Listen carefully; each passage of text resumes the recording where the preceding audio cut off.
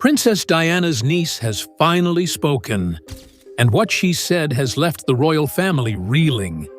After years of silence, Lady Kitty Spencer has broken her calm public image with a statement that some are calling brave, and others, explosive.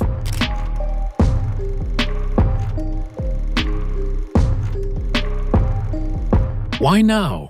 What pushed her to speak? And most importantly, who is she really calling out? From whispers behind palace doors to shockwaves on social media, this isn't just another royal headline, it's a reckoning. What truth is she trying to protect? And who's rushing to silence her? Stay with us, because this changes everything. A voice from the shadows.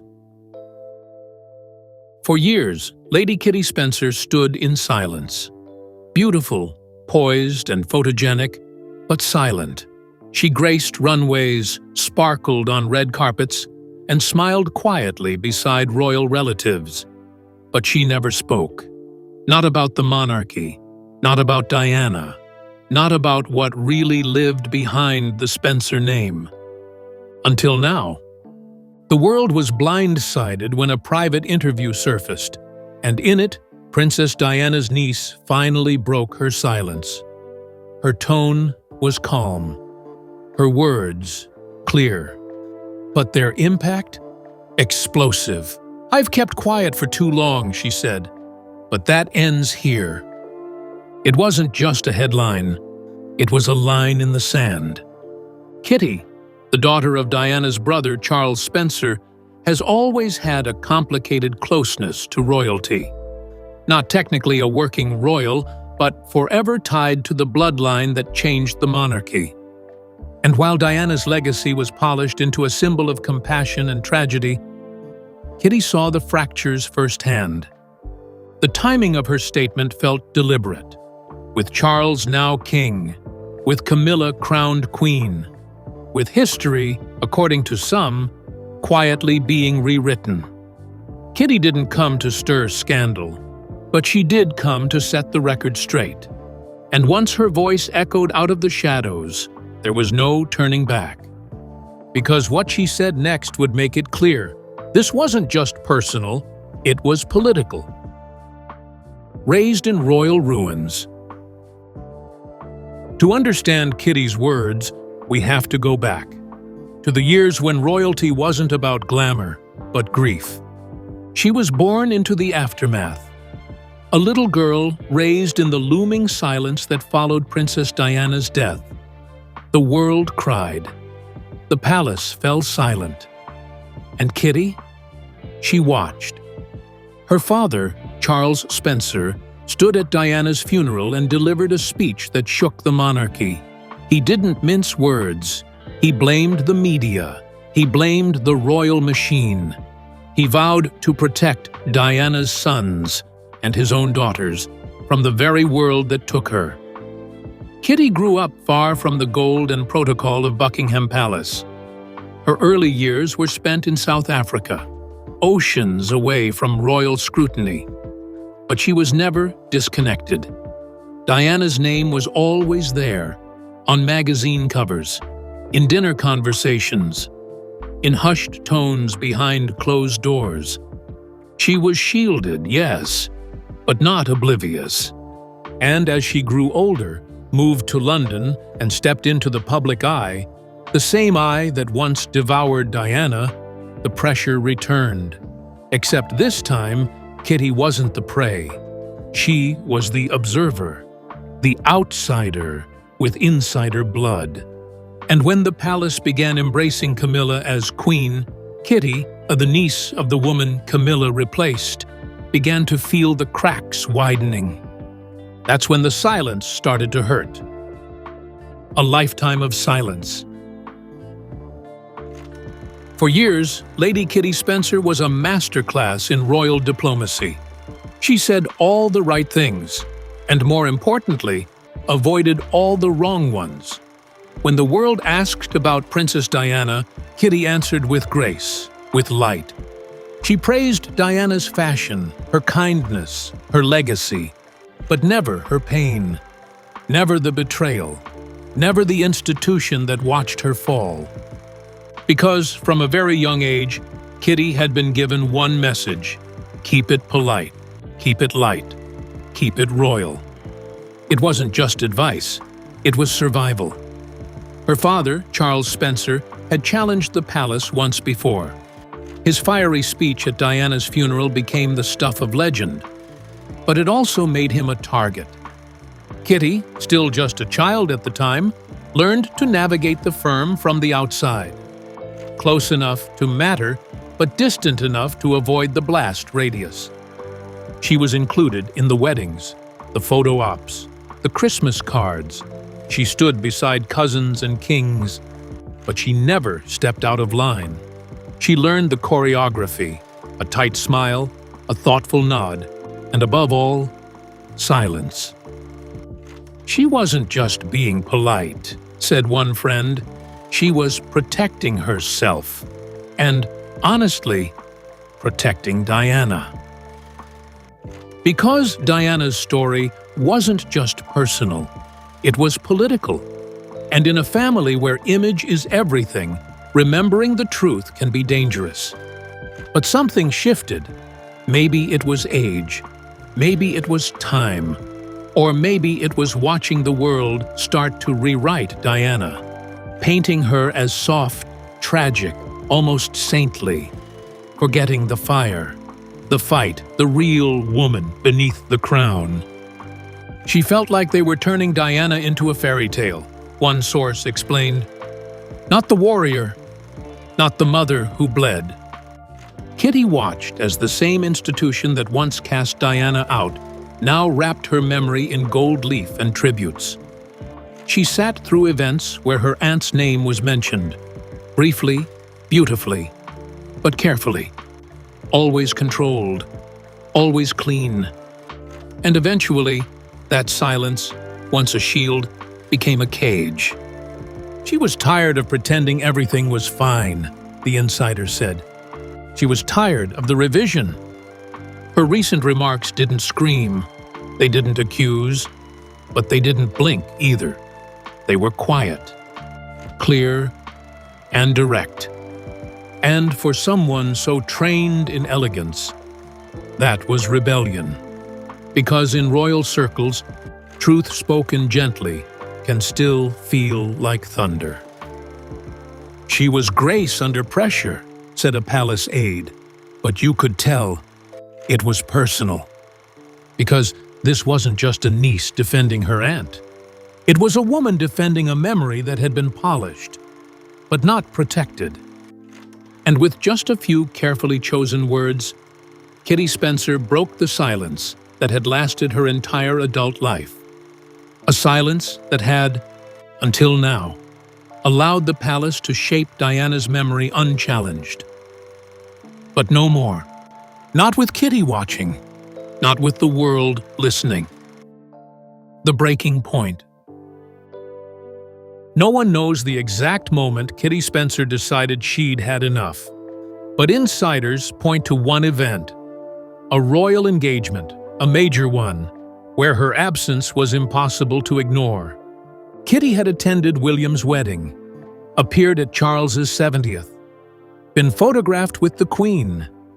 She was part of the royal extended circle. Until, suddenly, she wasn't. When the invitations for an event honoring Camilla's new role as Queen went out, Kitty's name was missing. To most, it was a minor detail.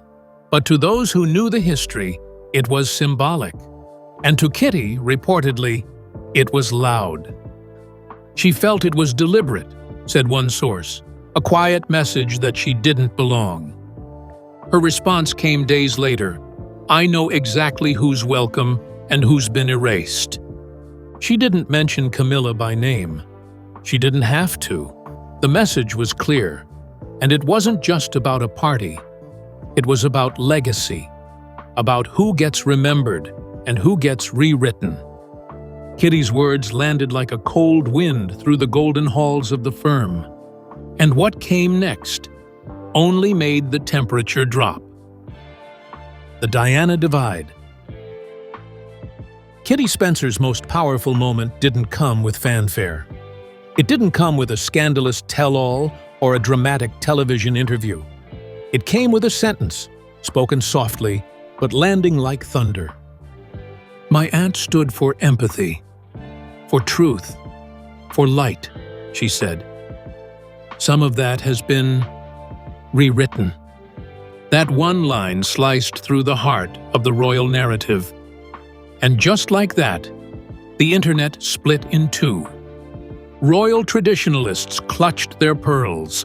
Commentators called her timing inappropriate. Defenders of Queen Camilla accused Kitty of trying to stoke drama that had finally settled. But on the other side, Diana's side, voices erupted with applause. "She said what we've all felt," one user wrote. "She's the only Spencer with the guts to say it out loud," said another. Because Kitty didn't name names, she didn't need to. She didn't shout. She didn't attack. But she did something even more dangerous. She questioned. And in the royal world, questioning is rebellion. Because if you start asking why Diana's legacy has been softened, you also start asking who softened it. And that's a door the palace doesn't want opened. Behind the scenes, insiders say this wasn't sudden. Kitty has long struggled with the palace's version of Diana, the one neatly folded into commemorative events, flower ceremonies, and archive documentaries, always reverent, always distant, always safe. "She loved Diana," said one friend, "and she feels the way her story is told now leaves out the hardest parts. The truth, the trauma, the pain." Kitty reportedly shared in private that Diana is remembered in gold frames, not in raw facts. And maybe that's the real issue, because when legacy is sanitized, it becomes performance. When grief is choreographed, it becomes spectacle. Kitty isn't fighting for attention, she's fighting for accuracy. Because Diana wasn't just a woman in pearls, she was a woman who cried behind palace walls, who walked through fire, who stood in front of cameras and admitted her wounds. She wasn't easy, she wasn't perfect. She was real. And that version, the one Kitty remembers, is vanishing. Now, as the crown polishes its image under King Charles and Queen Camilla, Diana's memory is being curated, selected, streamlined, smoothed out so it fits neatly within a history that once rejected her. And Kitty? She's not okay with that. She doesn't want revenge, a source close to her said. She just wants them to tell the whole story. Because when legacy becomes politics, someone has to defend the truth. And if the firm won't do it, Kitty Spencer will. Not because it's easy, but because it's family. Because Diana wasn't a symbol to her. She was a heartbeat, a presence, a truth worth protecting. And now that truth has a voice again. The fashion versus family illusion. To most of the world, Lady Kitty Spencer was royalty's answer to a Vogue muse. She wore Dolce & Gabbana gowns, smiled for glossy magazine covers, and attended elite galas from Milan to Monaco. She was elegance, charm, and diplomacy wrapped in silk. But behind the catwalk and couture, there was another reality, one Kitty hid in plain sight. She wasn't just a socialite. She was Diana's blood. And as she recently admitted, behind every polished appearance was a truth she dared not speak, until now. "I was smiling, but inside, I was biting my tongue," she revealed. For years, her silence was mistaken for loyalty, to the firm, to tradition, to the palace that treated her family like an afterthought. But Kitty now says her silence wasn't loyalty, it was survival. She didn't want to become another Spencer problem, a phrase once whispered about her father, Charles, after his explosive eulogy for Diana. Her fashion success was meant to be freedom, a space where she could thrive without palace politics. But instead, it became a disguise. A velvet mask covering pain, questions, and the deep resentment of seeing her aunt's memory so carefully curated, and yet so distant from the truth. Now, that mask has come off, and with it, Kitty's voice has become something far louder than fashion. William and Harry, divided over her words. The tremor from Kitty Spencer's statement didn't stop at headlines or hashtags. It traveled straight into two very different households, thousands of miles apart, Kensington Palace and Montecito. Because while the world heard Kitty as Diana's niece, the weight of her words fell squarely on the shoulders of Diana's sons. And their reactions couldn't have been more telling. According to palace insiders, Prince Harry was quick to reach out, not through press, not with spectacle, but with a message, a call, a connection. He reportedly told Kitty, "You said what many of us can't." A simple sentence, but one packed with pain, memory, and relief. For Harry, it was a moment of validation. Someone from the family, someone with the Spencer name, had stepped up, spoken out, said the things he's been accused of weaponizing. Kitty gave voice to what's been buried, said a source close to Harry. And for him, that wasn't betrayal. It was liberation. It was a Spencer moment. And Harry, who's long struggled to find footing in a world he left behind, finally felt seen. But for Prince William, the atmosphere was much colder. He didn't call, he didn't comment, he didn't acknowledge it. Not publicly, not privately. According to multiple insiders, William's reaction was silence. The kind that speaks louder than words. The kind that echoes behind closed palace doors. Some in his circle say he was blindsided, not by the sentiment, but by the timing. With King Charles battling health issues, with the monarchy under intense public focus, Kitty's remarks were viewed as destabilizing. "She picked the worst moment," said one royal aide. "It wasn't the message. It was the moment." Others say William didn't take issue with the content, but with the platform. A rising public figure, a social media darling, a niece of Diana who had, until now, kept herself above the fray. To suddenly speak, and to speak this plainly, was seen as crossing a line. And while Harry embraced that line being crossed, William reportedly saw it as a challenge, a breach, a step too far. The silence from William only deepened the already visible rift between the brothers, because Kitty's words didn't just reflect Diana's legacy, they reflected how differently her sons are still carrying it. One through public healing, the other through private duty. And now Kitty, standing at the intersection, a Spencer by name, a royal by blood, but a disruptor by choice. "She's not trying to divide the brothers," said a friend of Kitty, "but she is holding up a mirror, and that mirror doesn't flatter everyone." Her voice has forced a new question into the royal bloodstream. Is Kitty bridging the gap between William and Harry, or ripping it wider open? Right now, there's no answer. Only silence. Only stares. And one niece suddenly louder than two future kings. A direct shot at Camilla? She didn't say her name. She didn't have to. When Kitty Spencer described how some legacies are rewritten to suit others' comfort, the message was crystal clear. It was aimed at the very heart of royal reinvention, and at the woman now wearing the crown once denied to Diana. Queen Camilla. Palace insiders say Camilla was deeply hurt by the tone of Kitty's remarks, and while she didn't respond publicly, those close to her reportedly viewed the comments as a calculated swipe.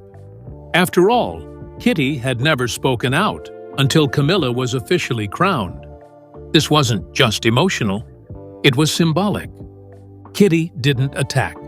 She questioned. She didn't defame. She remembered.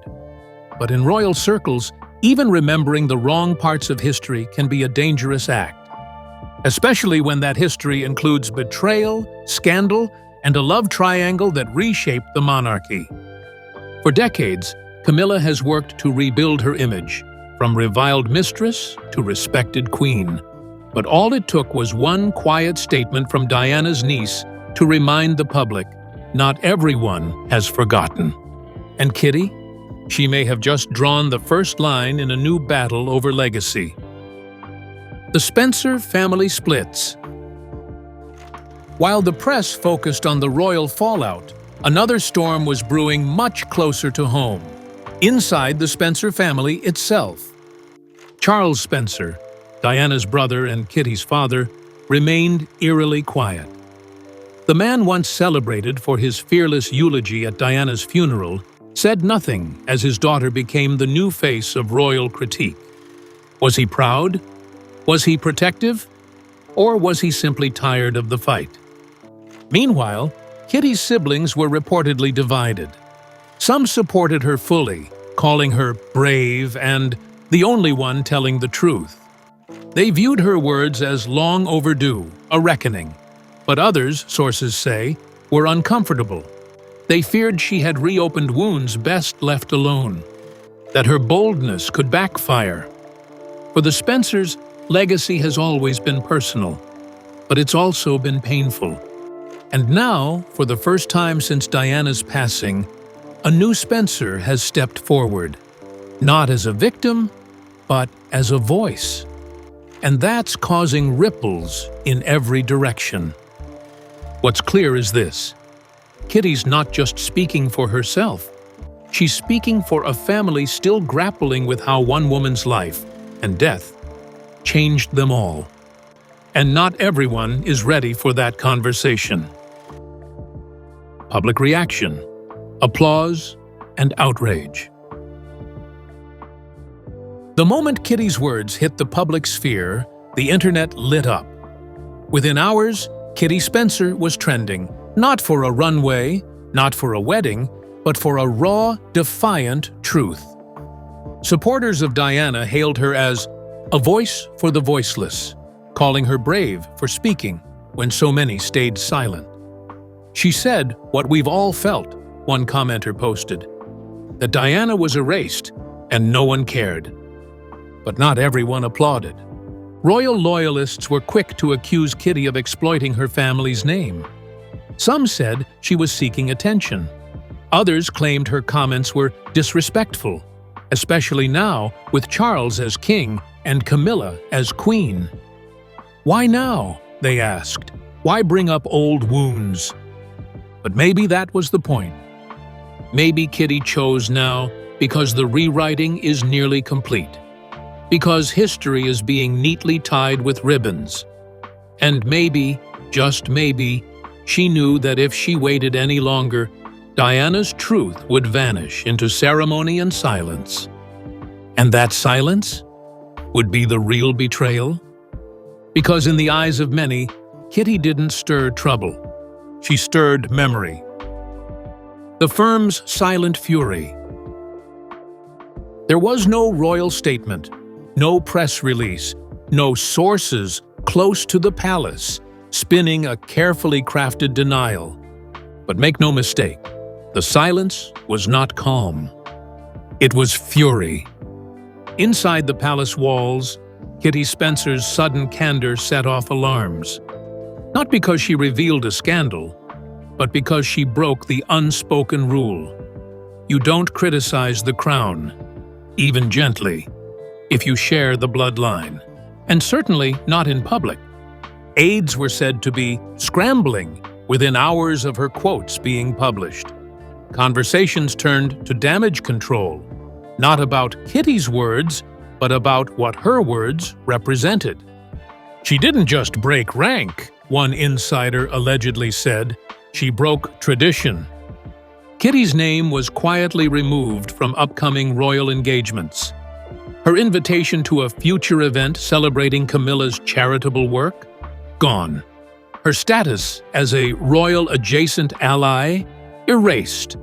It wasn't a loud exile.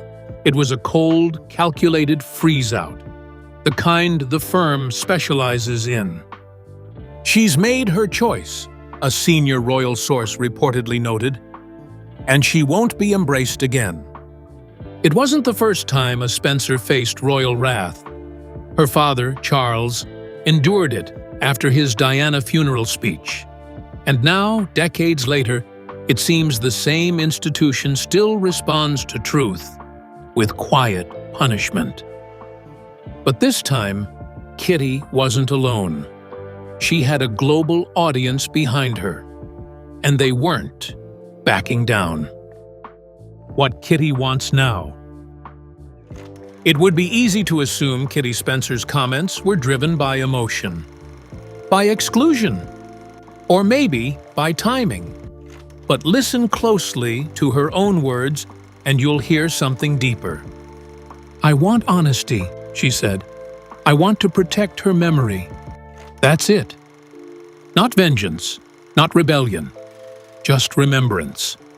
Raw, real, and free from royal filters." Kitty has no interest in becoming the next headline-chasing aristocrat, but she does want the public to remember the Diana she knew, not the polished version approved by palace protocol. And now, her plans are taking shape. She's reportedly begun outlining a charity initiative in her aunt's name. Something separate from the monarchy. No royal branding, no control from above. Just a legacy, by family, for the public. There's also growing speculation of a memoir, a project she's considering seriously, according to friends.